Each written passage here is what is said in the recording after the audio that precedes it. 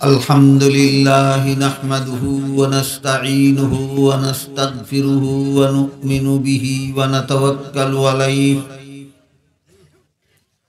ونعوذ بالله من شرور أنفسنا ومن سيئات أعمالنا من يهده الله فلا مضل له ومن يضلله فلا هادي له ونشهد أن لا إله إلا الله وحده لا شريك له ونشهد أن سيدنا ونبينا ومولانا محمدا عبده ورسوله صلى الله تعالى عليه وعلى آله وأصحابه وبارك وسلم أما بعد فأعوذ بالله من الشيطان الرجيم بسم الله الرحمن الرحيم من عمل صالحا من ذكر أو أنثى وهو مؤمن فلنحيينه حياة طيبة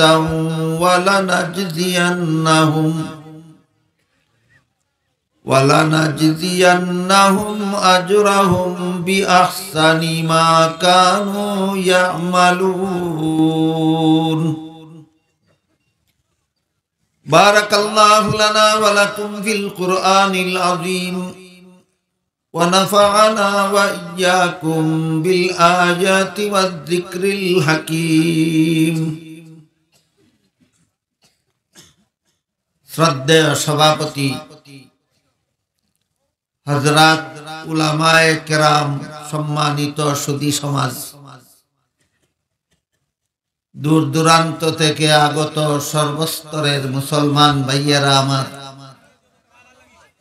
ও আমার পর্দানিসীন মা ও বোনেরা, পবিত্র কোরআনের যে আয়াত আমি আপনাদের সামনে তিলাওয়াত করেছি, তাতে আল্লাহ বলেন, কোন মানুষ যদি মুমিন হয় আর আমল ভালো করে। অন্য আয়াতে এই দুই গুণের সাথে আরো দুই গুণ আল্লাহ যুক্ত করেছে। 3 নম্বরটা হলো আমল যদি সহি নিয়তে করে, আর 4 নম্বর গুণ হলো আমল যদি নবীর তরিকা মতে করে। প্রথমে আমরা গুণ 4টা মনে রাখি, তারপরে তার ব্যাপারে আল্লাহ কি বলেছেন সেটা পরে। কোন মানুষ যদি 1 নম্বরে মুমিন হয়, 2 নম্বরে আমল ভালো করে, 3 নম্বরে আমল সহি নিয়তে করে, 4 নম্বরে আমল নবীর তরিকা মতে করে। বুঝে থাকলে একটু বলুন তো দয়া করে, কত গুণ চাই? 1 নম্বর মুমিন হওয়া, 2 নম্বর নেক আমল করা, 3 নম্বর সহি নিয়তে করা, 4 নম্বর নবীর তরিকা। এই 4 গুণ বিশিষ্ট মানুষটা আল্লাহ বলেন, পুরুষ হোক অথবা নারী হোক, আমি আল্লাহ তাকে পবিত্র জীবন দান করব। 4 গুণওয়ালা নারী পুরুষকে আল্লাহ পবিত্র জীবন দান করবে, আর আমলের তুলনায় বহু গুণ বেশি পুরস্কার দান করবে। এই আয়াতের বিষয়গুলির মধ্যে অনেক কথাই আছে ব্যাখ্যা সাপেক্ষ। বিস্তারিত ব্যাখ্যা বিশ্লেষণের মাধ্যমে বুঝার মতো সবগুলির ব্যাখ্যা একই দিনে করে শেষ করা সম্ভব নয়। এর মধ্যে আজকে শুধু আমি দুইটা কথার ব্যাখ্যা আপনাদের সামনে তুলে ধরার চেষ্টা করব, যদি আল্লাহ তৌফিক দেন। একটা হলো 4 গুণ বিশিষ্ট মানুষটা নারী অথবা পুরুষ হোক, আল্লাহ কেন বললেন? তার কারণ হলো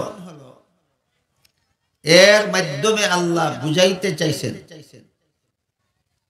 আল্লাহর দৃষ্টিতে এমন একটা ক্ষেত্র আছে যে ক্ষেত্রে নারী পুরুষ সমান। কোন ক্ষেত্র? আল্লাহর কাছে পুরস্কার পাওয়ার বেলায় ক্ষেত্রে পুরুষ পুরুষের আমল করলে আল্লাহ তাকে যে পুরস্কার দিবেন, নারী নারীর আমল করলেও তাকে একই পুরস্কার দিবেন। তাহলে কোন বেলায় নারী পুরুষ সমান? আল্লাহর কাছে পুরস্কার পাওয়ার বেলায় নারী পুরুষ সমান। যেমন ধরুন, পুরুষের জন্য জুমার নামাজ পড়া ওয়াজিব, নারীদের জন্য ওয়াজিব নয়। পুরুষের জন্য 5 বেলার নামাজ জামাতের সাথে পড়া, তারাবিহের নামাজ জামাতের সাথে পড়া সুন্নত, নারীদের জন্য সুন্নত নয়। পুরুষ যুদ্ধের ময়দানে শত্রুর মোকাবেলায় লড়াই করলে পায় জিহাদের সওয়াব। রাসূল বলেন, নারী স্বামীর ঘর করলেই পায় জিহাদের সওয়াব। পুরুষ যুদ্ধের ময়দান থেকে বিজয়ী হয়ে ফিরলে পায় গাজীর সওয়াব। রাসূল বলেন, মহিলারা সন্তান প্রসবের পরে বেঁচে থাকলেও পায় গাজীর সওয়াব। পুরুষ যুদ্ধের ময়দানে শত্রুর আঘাতে মারা গেলে পায় শহীদের সওয়াব। রাসূল বলেন, মহিলারা সন্তান প্রসবের সময় মারা গেলেও পায় শহীদের সওয়াব। কাজেই জিহাদের সওয়াব, গাজীর সওয়াব, শহীদের সওয়াব নারীর জন্যও আছে, পুরুষের জন্যও আছে। একই কাজের দ্বারা না ভিন্ন ভিন্ন কাজ? তাহলে পুরুষের কাজ ভিন্ন, নারীর কাজ ভিন্ন, কিন্তু আল্লাহর কাছে পুরস্কার পাবে সমান। পুরুষের কাজ ভিন্ন, নারীর কাজ ভিন্ন, কিন্তু আল্লাহর কাছে পুরস্কার পাবে সমান। নারী পুরুষের কাজ, সংসারের কাজেও নারী পুরুষের ভিন্নতা আছে। সংসারের বেলায়ও নারীর কাজ আছে ভিন্ন, পুরুষের কাজ আছে ভিন্ন। ধর্মের বেলায়ও পুরুষের কাজ আলাদা, নারীর কাজ আলাদা। সংসারের বেলায় নারীর আলাদা কাজ কি, পুরুষের আলাদা কাজ কি? আল্লাহ পাক রব্বুল আলামিন সংসার জীবনে নারীদেরকে এমন কতগুলি আলাদা কাজের দায়িত্ব দিয়েছেন যেইগুলি দুনিয়ার কোনো পুরুষকে দেননি। কোনো পুরুষ চেষ্টা করলেও এই কাজগুলি করতে পারবে। এর মধ্যে একটা হলো প্রতি মাসে মাসে ঋতুস্রাবের ঝামেলা সহ্য করা। এই ডিউটিটা আল্লাহ একচেটিয়া ভাবে নারীদেরকেই দিয়েছেন, দুনিয়ার কোনো পুরুষ কেন। 2 নম্বর হলো প্রতিটি সন্তান গর্ভে ধারণ করা। এই দায়িত্বটাও আল্লাহ মহিলাদেরকেই দিয়েছেন, পুরুষ কেন। তৃতীয়টা হলো সন্তান প্রসবের কষ্ট সহ্য করা। এই দায়িত্বটাও আল্লাহ মহিলাকেই দিয়েছেন, পুরুষ কেন। চতুর্থটা হলো সন্তানকে স্তনের দুধ পান করা। সন্তানকে স্তনের দুধ পান করাবার দায়িত্বটাও আল্লাহ মহিলাকেই দিয়েছেন, পুরুষ কেন। পঞ্চমটা হলো সন্তানকে শিশুকালে লালন পালন করা, এই দায়িত্ব পুরুষের না নারী? এই দায়িত্বগুলি আল্লাহ একচেটিয়া ভাবে নারীকে দিয়েছেন, পুরুষকে দেননি। পুরুষ ইচ্ছা করলেও এইসব দায়িত্ব পালন করতে পারবে।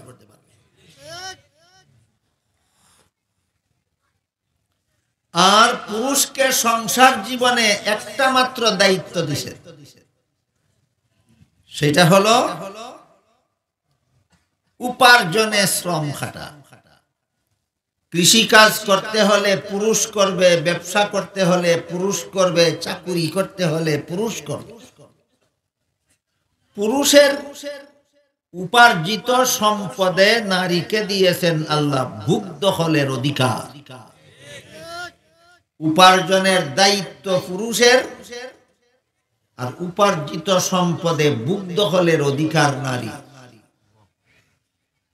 এই জন্যই ইসলামের বিধানে একটা মেয়েকে জন্মের পর থেকে বিয়ের পূর্ব পর্যন্ত লালন পালনের দায়িত্ব বর্তায় বাবার উপর, আর বিয়ের পর থেকে মরণ পর্যন্ত তার লালন পালনের দায়িত্ব বর্তায় স্বামীর উপর।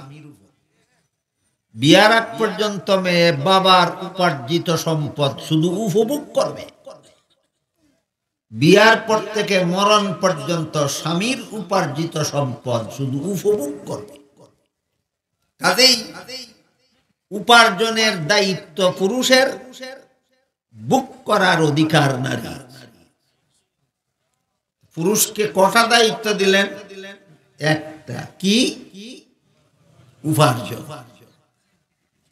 এখন যদি কোনো পুরুষ মহিলাদের 5টা দায়িত্বের একটাও পালন করতে পারে, আর নিজের মাত্র একটা দায়িত্ব, এটাও নারীকে দিয়েই পালন করাইতে চায়, এই পুরুষটা দুনিয়াতে আসলো কি গুড়ার ঘাস কাটতো? তুমি দুনিয়াতে আইসো কি তার লাগি? গুড়ার ঘাস কাটতাই। বেটির ফার্স্ট খামের একটাও ভালো না, আর তোমার একটা মাত্র খাম বেটিরে দিলাও, তুমি গুড়ার ঘাস কাটতে আইসো দুনিয়ায়।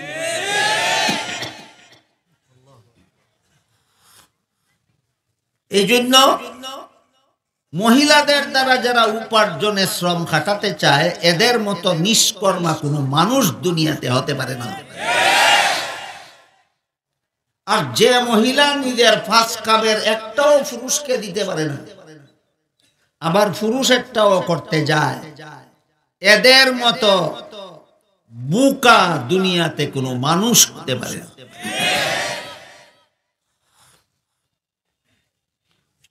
কোন পুরুষ যদি বলতে চায়, কোন স্বামী যদি বলতে চায় যে উপার্জন করব আমি একা, তুমি শুধু বুক করবা কেন, তাহলে তার স্ত্রীও ওই স্বামীকে সরাসরি বলে দেওয়া দরকার, সন্তান পেটে নেব আমি একা, তোমাকে বাপ ডাকবে কেন? আমি একা পেটে নেওয়ার পরে বাপ যদি তোমারে ডাকুন লাগে, তুমি একা রুজি করলে পরে আমার বুক দখল করো। দেখেন আল্লাহর বন্টন ঠিক আছে নি, আল্লাহর বন্টন। কাজেই নারীর কাজ কোনোদিন পুরুষ যেমন করতে পারে না, তেমনি ভাবে পুরুষের কাজ নারীকে দিয়ে করানো যাবে না। নারী নারীর কাজ করে আল্লাহর কাছে যেই পুরস্কার পাবে, পুরুষ পুরুষের কাজ করে আল্লাহর কাছে একই পুরস্কার পাবে। গেল সংসারের বেলায়, এবার আসেন ধর্মের বেলায়। ধর্মের বেলায় কয়েকটা উদাহরণ একটু আগে বলেছি। ঈদের নামাজ পুরুষের উপর ওয়াজিব, নারীদের জন্য ওয়াজিব নয়। 5 বেলার নামাজ এবং তারাবির নামাজ জমাতের সাথে পড়া, মসজিদে গিয়া পড়া পুরুষের জন্য সুন্নত, নারীর জন্য সুন্নত নয়। মর্মে হাদিস শরীফে রাসূল করিম সাল্লাল্লাহু আলাইহি ওয়াসাল্লাম বলেন, খায়রু মাসাজিদিন নিসায়ে কারু বুয়ুতিহিন্না। এর অর্থ হলো নারীদের শ্রেষ্ঠ মসজিদ তাদের ঘরের কোণা। নারীদের শ্রেষ্ঠ মসজিদ তাদের ঘরের কোণা। একজন মহিলা রাসূল করিম সাল্লাল্লাহু আলাইহি ওয়াসাল্লামের কাছে অনুমতি চাইল, বলল, ওগো আল্লাহর রাসূল, আপনি অনুমতি দিলে আপনি ইমাম হয়ে মসজিদে নববীতে যে নামাজের জামাত চালু করেন ওই জামাতে আমি শরীক হতে চাই। রাসূলের ইমামতিতে মদিনা শরীফের মসজিদের জামাতে শরীক হওয়ার জন্য একটা মহিলা রাসূলের কাছে অনুমতি চাই। কারণ মদিনা শরীফের জামাতে শরীক হলে এক রাকাতে 50,000 রাকাতের সমান সওয়াব। আল্লাহর রাসূল অনুমতি না দিয়া বললেন, এই সওয়াবটাই তুমি ঘরের কোনায় একা নামাজ পড়লে পাবে। পুরুষ মসজিদের জামাতে নামাজ পড়লে পাবে যেই সওয়াব, মহিলা ঘরের কোনায় একা নামাজ পড়লে পাবে সেই সওয়াব। তাহলে আমল সমান না পুরস্কার সমান? এই কথাটা বুঝাবার জন্য আল্লাহ বলেছেন মিন যাকারিন আও উনসা। পুরুষ পুরুষের আমল করে আল্লাহর কাছে যেই পুরস্কার পাবে, মহিলা মহিলার আমল করে আল্লাহর কাছে ঠিক একই পুরস্কার পাবে। এখানে মহিলাদেরকে এই নামাজের জামাতের ব্যাপারে আল্লাহ এবং আল্লাহর রাসূলের পক্ষ থেকে যে একটা আলাদা ফ্যাসিলিটি দেওয়া হলো, যে তোমার মসজিদে যেতে হবে না, জামাতে নামাজ পড়তে হবে না, পুরুষরা মসজিদে গিয়ে জামাতে নামাজ পড়ে যেই সওয়াব পাবে তুমি ঘরের কোনায় একা পড়েই সেই সওয়াব পাবে। এই ফ্যাসিলিটিটা কেন দেওয়া হলো, এর কারণটা সর্বস্তরের মুসলমানদের জানা না থাকার কারণে আজকাল আমাদের সমাজে একটা উগ্রপন্থী বাতিলপন্থী দলের আবির্ভাব। এই বাতিলপন্থী উগ্রপন্থী দলটার নাম হইল লামাযহাবী। এরা কয় নারী পুরুষের নামাজে কোনো ব্যবধান নাই। পুরুষ যেমন মসজিদে গিয়া জামাতের সাথে নামাজ পড়তে হবে, মহিলাদেরও মসজিদে গিয়া জামাতের সাথে নামাজ পড়তে হবে, যেহেতু কোনো ব্যবধান নাই। এদের একটা সিদ্ধান্ত হইল মহিলাদের মসজিদে গিয়া জামাতে শরীক হতে হবে, আর একটা সিদ্ধান্ত হলো চেহারা ঢাকা যাবে না, চেহারা মুখ খোলা রাখতে হবে। একটা সিদ্ধান্ত হইল মসজিদও যাইতে হবে, আর একটা হইল মুখ খোলা রাখতে হবে। আমি জিজ্ঞাসা করি মতলবটা কি? বেটিনদে মুখ খুললে মসজিদও নিতায় চাও, মতলব কিতা তোমার? মতলব বুঝতে অসুবিধা হয়। একদল মানুষ বলে সমাজে নারী পুরুষ সমান, এরা মহিলাদেরকে ফতেঘাটে বেপরদা করে দেখতে চায়। আরেক দল কয় নমাজে নারী পুরুষ সমান, এরা মহিলাদেরকে মসজিদে নিয়ে মুখ দেখতে চায়। মতলব দুটারই খারাপ, দুটারই মতলব খারাপ। এদের এই মতবাদ মহিলাদের মসজিদে গিয়ে জামাতে নামাজ পড়তে হবে, এই মতবাদটাও বাতিল। মহিলাদের চেহারা খোলা রাখতে হবে, এই মতবাদও বাতিল। হাদিস শরীফে রাসূল করিম সাল্লাল্লাহু আলাইহি ওয়াসাল্লাম বলেন, লানাল্লাহুন নাজিরা ওয়াল মানজুরা ইলাইহি। যেই পুরুষে ভিন্ন মহিলা দেখে তার উপর তো আল্লাহর লানত। যে মহিলা নিজেকে দেখার সুযোগ দেয় সেই মহিলার উপর আল্লাহর লানত। বুঝে থাকলে বলুন, মহিলা মুখ খোলা রেখে মসজিদে গেলে দেখার সুযোগ দিল কিনা? রাসূল বলেন তার উপর আল্লাহর লানত, আর যারা দেখার ব্যবস্থা করলো তার উপরও আল্লাহর লানত। সুতরাং মহিলাদের মুখ খুলে মসজিদে যাওয়া সওয়াবের কাজ না গুনার কাজ? মহিলাদের মুখ খুলে মসজিদে যাওয়া গুনার কাজ। আমাদের বুঝার ব্যাপার হলো, পুরুষ মসজিদে গিয়া যদি জামাতে নামাজ পড়তে হয়, তাহলে পুরুষের নামাজ পড়ার জন্য আলাদা কিছু সময় ব্যয় হয়, আলাদা কিছু শ্রম দিতে হয়। যদি গাড়ি নিয়ে মসজিদে যেতে হয় আলাদা কিছু তেলের পয়সাও খরচ করতে হয়। মহিলাদের আলাদা সময় ব্যয় করারও দরকার হয় না, আলাদা শ্রম দেওয়ারও দরকার হয় না, আলাদা খরচেরও দরকার হয় না। ঘরের কোনায় একা নামাজ পড়ে ফেললেই পুরুষ মসজিদে গিয়া জমাতে নামাজ ফিরে যেই সওয়াব, রাসূল বলেন মহিলা ঘরের কোনায় একা নামাজ পড়লে সেই সওয়াব। আমলে বেশ কম, আমলে সমান না পুরস্কারের বেলায় সমান? পুরস্কারের। কিন্তু বুঝার ব্যাপার হইল মহিলাদেরকে এই ফ্যাসিলিটিটা আল্লাহ এবং আল্লাহর রাসূলের পক্ষ থেকে কেন দেওয়া হয়? এর দর্শনটা না বুঝার কারণে, এর বৈজ্ঞানিক বিশ্লেষণটা না বুঝার কারণে সাধারণ মুসলমানকে ওরা নানা রকমের কৌশলে এই কথা বুঝাইয়া ফেলে যে মহিলাদের মসজিদে গিয়া জমাতে নামাজ পড়া দরকার। এরা যে সমস্ত দলিল দেয় মহিলাদের মসজিদের জমাতে শরীক হওয়ার জন্য, এই সমস্ত দলিলের মধ্যে একটা দলিল হলো এক হাদিসে রাসূল দুনিয়াতে থাকাকালে এক হাদিসে রাসূল বলেছিলেন তোমাদের মহিলারা যদি মসজিদের জমাতে গিয়া শরীক হতে চায় তাহলে বাধা দিও না। এই হাদিস দিয়ে এরা দলিল দেয় লা মুযাবি। রাসূল বলেছিলেন বাধা দিও না। এই যে দলটা, যে দলটায় বর্তমান সমাজে নানা রকমের এই একতলাপ সৃষ্টি কইরা সমাজে ফিতনা লাগাইতেছে, এই দলটার নাম হইল লা মুযাবি। এই লা মুযাবিরা কথায় কথায় বলে তাকে বুখারী শরীফের হাদিস মানে। কোন কিতাবের হাদিস মানে? বুখারী শরীফ। এরা মিথ্যা কথা বলে, বুখারী শরীফের মানে না। এর প্রমাণ বুখারী শরীফে উল্লেখ আছে নবীর বিবি আয়েশা বলেন। আয়েশাকে নবীর বিবি, উম্মুল মুমিনিন, সমস্ত মুমিন মুসলমানের মা।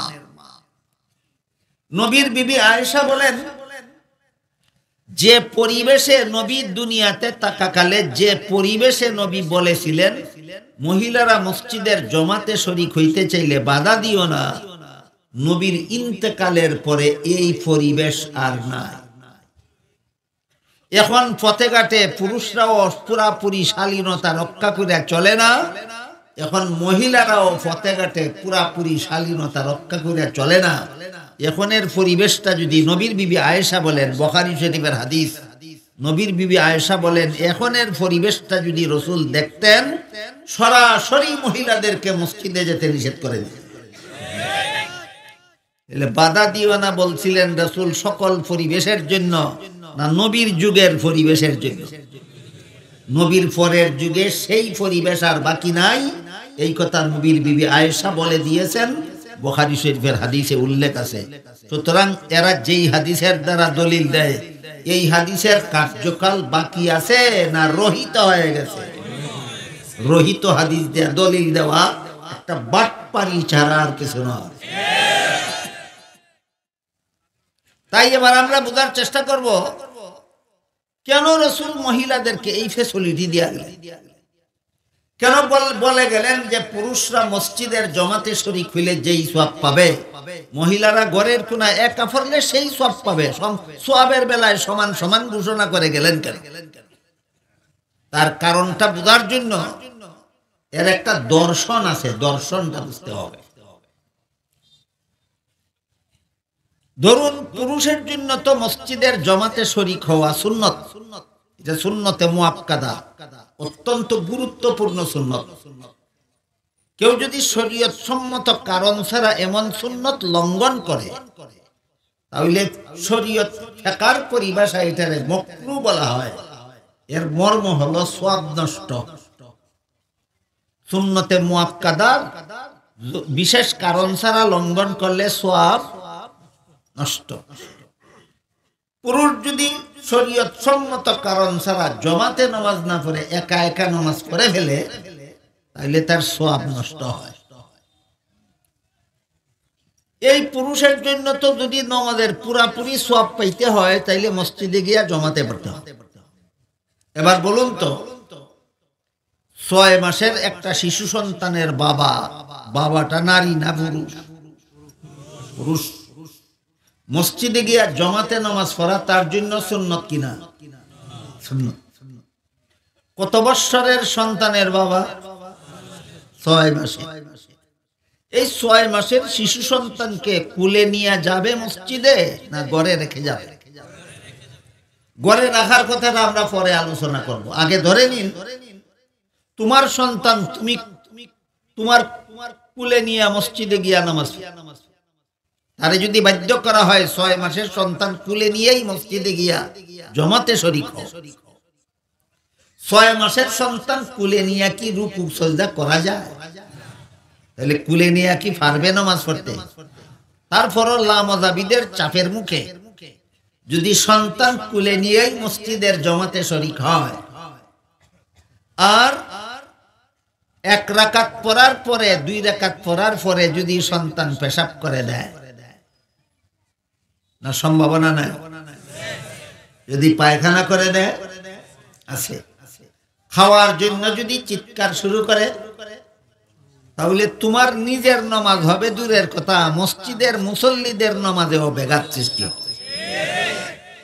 কাজেই 6 মাসের শিশু সন্তান কুলে নিয়ে বাবার পক্ষে মসজিদে গিয়া জমাতে শরীক হওয়ার সুযোগ নাই। তাহলে বাধ্য হইয়া এই শিশুকে ঘরে রেখে যেতে হবে। এই শিশুকে ঘরে রেখে যাবেন কার কাছে? মার কাছে। ঘরে তার মায়ের কাছে 6 মাসের বাচ্চাকে রেখে যখন আপনি মসজিদে গিয়া জমাতে শরীক হলেন, শিশুটা খাওয়ার জন্য কাঁদতেছে কিনা এই টেনশন থাকবে। কেন? সন্তান তো তার মায়ের কুলি আছে, কান্দার কোনো দরকার নাই, যখন দরকার তখন ওই খাওয়ায়। এই সন্তান পেশাব করে কোনো মানুষের নামাজ নষ্ট করে দিল কিনা এমন কোনো টেনশন আছে? নাই। তাহলে এই শিশুটাকে তার ঘরে, আপনার ঘরে তার মায়ের কুলে রেখে মসজিদে গিয়া জমাতে শরীক হইলে টেনশন যুক্ত অবস্থায় নামাজ পড়তে হবে না টেনশন মুক্ত? কার কারণে আপনি জমাতে নামাজ পড়তে পারলেন? টেনশন মুক্ত অবস্থায়। আর শরীয়তের বিধান হইল যার কারণে একজনে একটা নেক কাজের সুযোগ পায়, ওই লোকে নেক কাজ কইরা যে সওয়াব, যার কারণে সুযোগ পাইল সে না কইরাও সেই সওয়াব। এইটা হলো রাসূলের এই হাদিসের দর্শন, যে হাদিসে রাসূল বলেছেন পুরুষ মসজিদের জমাতে শরীক হলে যেই সওয়াব, মহিলা ঘরের কোনায় একা নামাজ পড়লে সেই সওয়াব। এই হাদিসের দর্শন হইল মহিলা ঘরে আপনার ঘর দেখাশোনা করে, মহিলা ঘরে আপনার বাচ্চা দেখাশোনা করে, এই জন্য আপনি ঘর থেকে বাইর হইয়া মসজিদে গিয়া টেনশন মুক্ত অবস্থায় নবীর সুন্নত পালন করতে পারেন, জমাতে নামাজ পড়তে পারেন মহিলার কারণে। এই কারণে আপনি জমাতে নামাজ পড়া যেই সওয়াব, রাসূল বলেছেন মহিলা ঘরের কোনায় একা নামাজ পড়া সেই সওয়াব। এবার বুঝে থাকলে বলেন আমলে সমান না পুরস্কারের বেলায় সমান? এই কথাটাই আল্লাহ পাক, এই কথাটাই রাসূল করিম আল্লাহ পাক রব্বুল আলামিন বলেছেন মিন যাকারিন আও উনসা, পুরুষ হোক অথবা মহিলা হোক আল্লাহর কাছে পুরস্কার পাওয়ার বেলায় সমান। আমাদের সমাজে যে সমস্ত লোকেরা নারী পুরুষ সমান বলে স্লোগান দেয়, আগেই বলেছি একদলে কয় নারী পুরুষ সমাজে নারী পুরুষ সমান, আরেক দলে কয় নমাজে নারী পুরুষ সমান। যারা বলে নমাজে নারী পুরুষ সমান, এদের বলাটা যে কত বড় জঘন্যতম ভ্রান্ত এতক্ষণের আলোচনায় বুঝলেন কিনা দেখুন। যারা বলে নমাজে নারী পুরুষ সমান, এদের কথা সহি না গলত? ভুল কথা বলে, এরা ভ্রান্ত মতবাদে বিশ্বাস। আর যারা বলে সমাজে নারী পুরুষ সমান, সমাজে যারা নারী পুরুষ সমান কয়, এদের দাবি হইল সকল প্রকার সামাজিক কর্মকাণ্ডে নারীরাও অংশগ্রহণ করবে। পুরুষ যদি এক ক্ষেত হাল চাষ করে, নারী আর এক ক্ষেত হাল চাষ করে। পুরুষ যদি এক দোকানে ব্যবসা করে, নারী আর এক দোকানে ব্যবসা করবে। পুরুষ যদি এক অফিসে চাকরি করে, নারী আর এক অফিসে চাকরি করবে। সমাজে নারী পুরুষ সমান। এই ব্যাপারটা একটু আগেই আপনাদেরকে আমি ক্লিয়ার করে দিছি। এই যে গৃহস্থী করা, চাকরি করা, দোকানদারি করা, ব্যবসা করা, রুজি রোজগার করা, পুরুষের জীবনে একটা মাত্রই তো দায়িত্ব সংসার জীবনে। নারীর জীবনে 5টা। নারীর জীবনে সাংসারিক দায়িত্ব কটা? পুরুষের জীবনে সাংসারিক দায়িত্ব কটা? 5টার একটাও তুমি নিতে পারো না। তোমার একটা মাত্র যদি নারীকে দিতে চাও, তাহলে তোমার মতো নিষ্কর্মা মানুষ দুনিয়াতে আর হয় না। কাজেই সংসার জীবনেও নারী পুরুষ সমান নয়। সংসার জীবনেও নারী পুরুষের মধ্যে ব্যবধান রয়েছে। আগেই বলেছি, পুরুষ যুদ্ধের ময়দানে শত্রুর মোকাবেলায় লড়াই করা পুরুষের দায়িত্ব। এই দায়িত্ব পালন করে পুরুষ যে সওয়াব পাবে, রাসূল বলেন নারী স্বামীর ঘর করা নারীর দায়িত্ব। ওই দায়িত্ব পালন করে নারীও তোমার মতো জিহাদের সওয়াব পাবে। তাইলে সংসার জীবনেও নারী পুরুষ সমান না ব্যবধান? সংসার জীবনেও নারী পুরুষ ব্যবধান। যারা সংসার জীবনে নারী পুরুষকে সমান বলে স্লোগান দেয়, এরা পবিত্র কোরআনের একটা আয়াতের বিরুদ্ধে অত্যন্ত কৌশলে আন্দোলন চালায়। সরাসরি পরিষ্কার ভাষায় বলে না যে আমরা কোরআনের অমুক আয়াত মানি না। এই কথা বললে তো ধরা খাইব এতে মুসলমান। বলেন তো, কোরআনের অমুক আয়াত মানি না যদি কেউ পরিষ্কার ভাষায় কয়, সমাজে চিহ্নিত হবে কিনা যে সে মুসলমান নয়?